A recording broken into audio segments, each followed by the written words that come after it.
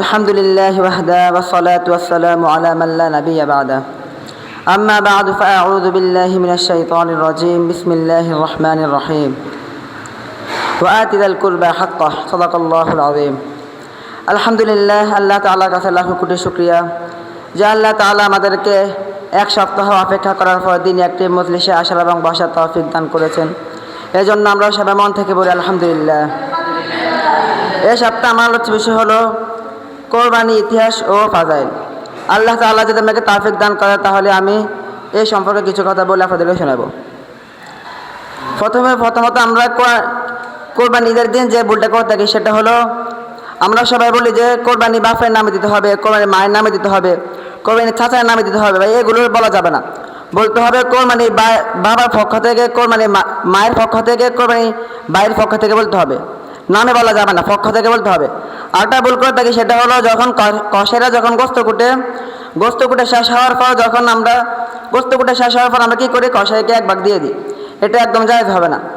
আপনি তাকে টাকা দেন, যদি আপনি এত ইচ্ছুক তাকে গোস্ত দেওয়ার জন্য, তাহলে যখন 4 ভাগ 5 ভাগ মানে যে শরিক হওয়ার পর আপনি তাকে সেখান থেকে এক ভাগ দিয়ে দেন।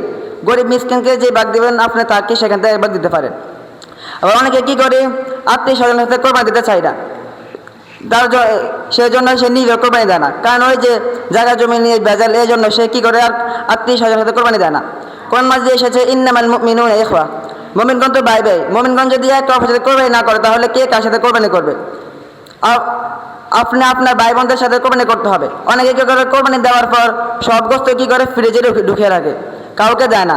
বলে হচ্ছে কোরবানি গোস্তকে 3 ভাগ করতে হবে, 1 ভাগ নিজে রাখবে, 1 ভাগ আত্মীয় স্বজনকে দিবে, 1 ভাগ গরিব মিসকিনকে দিয়ে দিবেন। সে কী করে সবগুলি ফ্রিজে রাখে নষ্ট করে। কোন মাঝে এসেছে ওয়ালা তুসরিফু ইন্নাহু লা ইউহিব্বুল মুসরিফিন, যে ব্যক্তি অপচয় করে তাকে আল্লাহ তাআলা পছন্দ করে না।